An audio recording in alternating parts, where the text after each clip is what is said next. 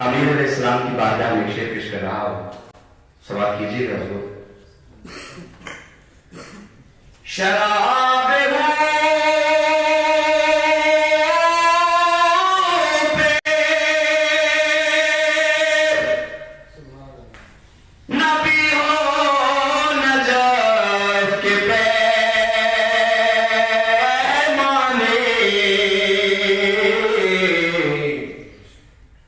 شراب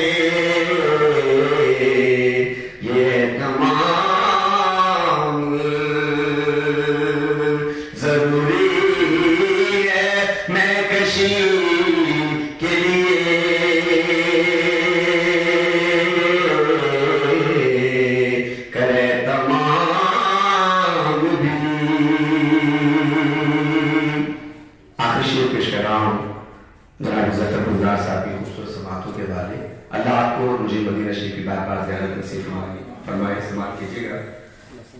لگے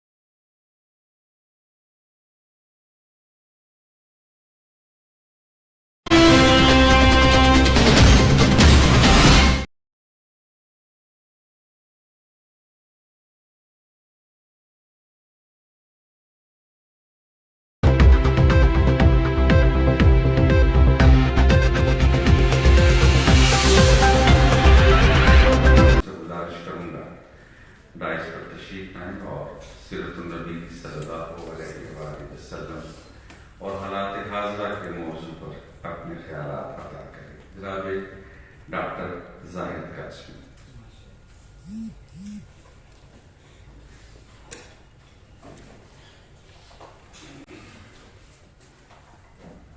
السلام علیکم. وعلیکم السلام ورحمۃ اللہ. الحمدللہ رب العالمین والعاقبۃ للمتقین والصلاة والسلام علی سیدنا و مولانا محمد وآلہ واصحابہ اجمعین.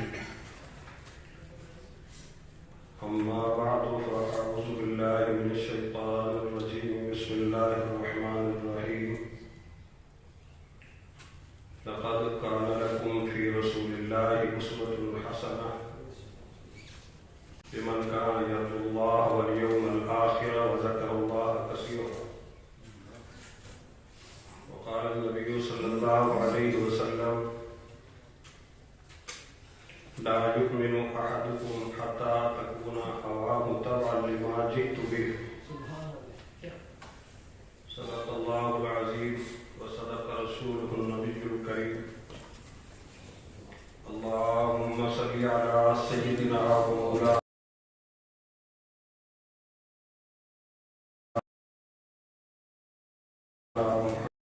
صلی اللہ علیہ وسلم سے اپنی نسبت کو تازہ رکھنا یہ ہمارے ایمان کا پہلا تقاضا ہے. یہ سرچشمہ ہے ان ساری ذمہ داریوں کا جو ایمان کے حوالے سے ایک مسلمان پر عائد ہوتی ہے.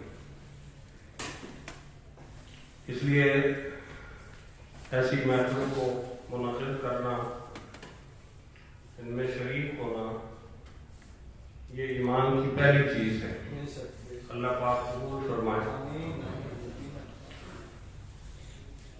لیکن ہم جس صورتحال سے دوچار ہیں، اس صورتحال میں ہمارے لیے بڑا کام ہے. بہت ساری چیزیں سیرت پاک کے حوالے سے آج کے مسلمانوں کو اور خصوصاً مسلمان ملکوں کے ان اداروں کو، ان افراد کو، ان اتھارٹیز کو جو ان کا نظام چلاتی ہیں، ان کے لیے انہیں سمجھنا بہت ضروری ہے. دو چیزیں الگ الگ ہیں.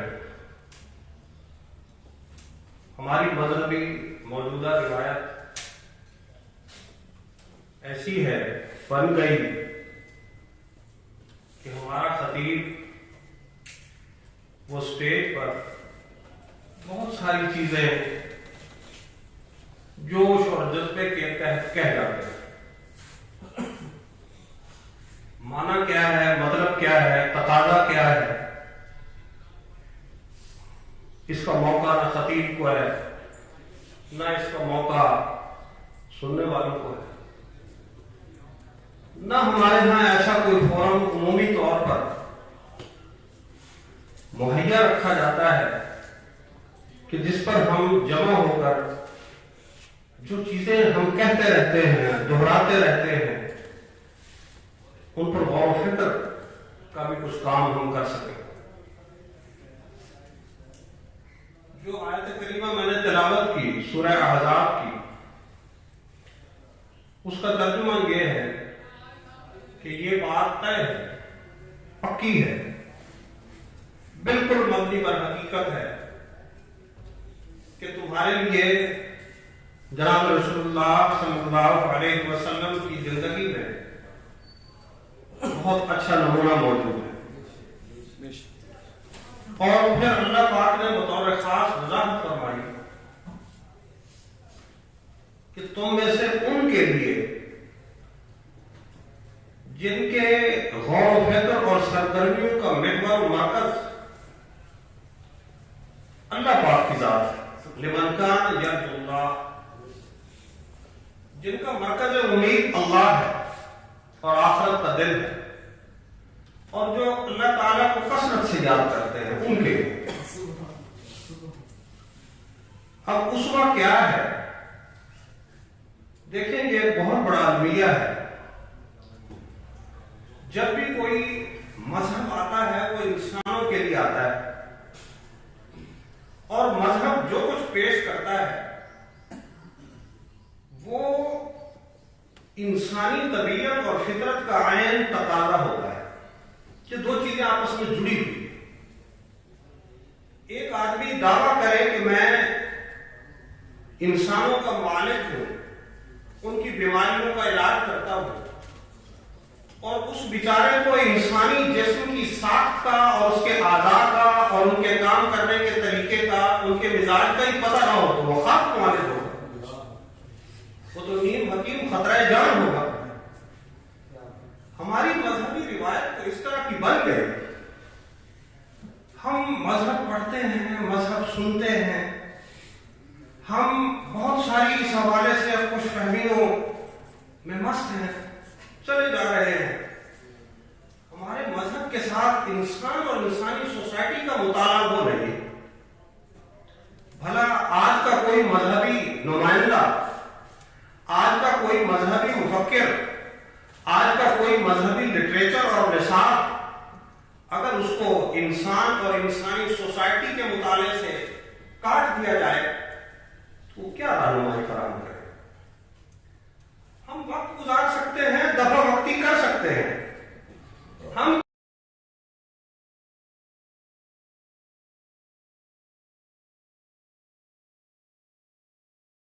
کسی حضور صلی اللہ علیہ وسلم کی زندگی ہمارے لیے اسوہ حسنہ ہے۔ اس کو سمجھنے کے لیے پہلے انسان کا بھی تھوڑا سا مطالعہ ہونا ضروری ہے۔ انسان کیا ہے؟ اشرف المخلوقات ہے، اور میں کہا کرتا ہوں انسان اللہ تعالیٰ کی مخلوقات میں اللہ تعالیٰ کی سب سے ترقی یافتہ مخلوق ہے۔ جاندار سارے کے سارے کچھ چیزیں ایسی ہیں جن میں مشترک ہیں، کھانے میں، پینے میں، زندگی گزارنے میں، اولاد پیدا کرنے میں، سب جانداروں کا یہ تقاضا ہے۔ لیکن انسان ممتاز ہے، اشرف المخلوقات ہے، خلیفہ خدا ہے، فرشتوں کا مسجود ہے، یہ ایک الگ امتیازی طبیعت اور امتیازی شان اور امتیازی تقاضے رکھتا ہے۔ انسانی زندگی 4 حصوں میں تقسیم ہے، اس کے 4 مرحلے ہیں۔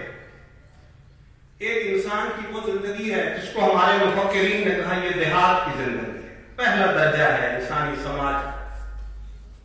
ایک آدمی کو، اس کے جوڑے کو، یعنی ایک عورت مرد کو آپ چھوڑ دیں، وہ اپنے رہن سہن کا کوئی نہ کوئی سسٹم آٹومیٹکلی خود بخود دائیں بائیں کے موجود وسائل میں پیدا کرنا شروع کر دیں گے۔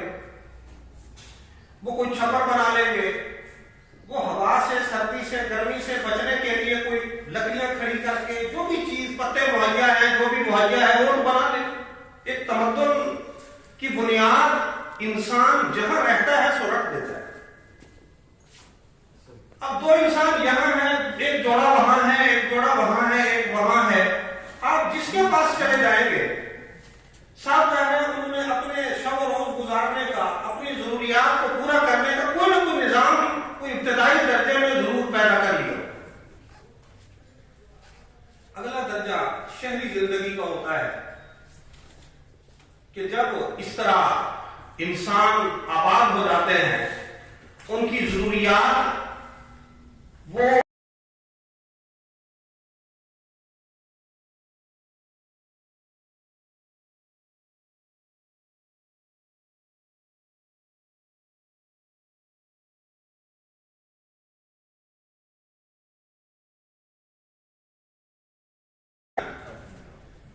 دائیں بائیں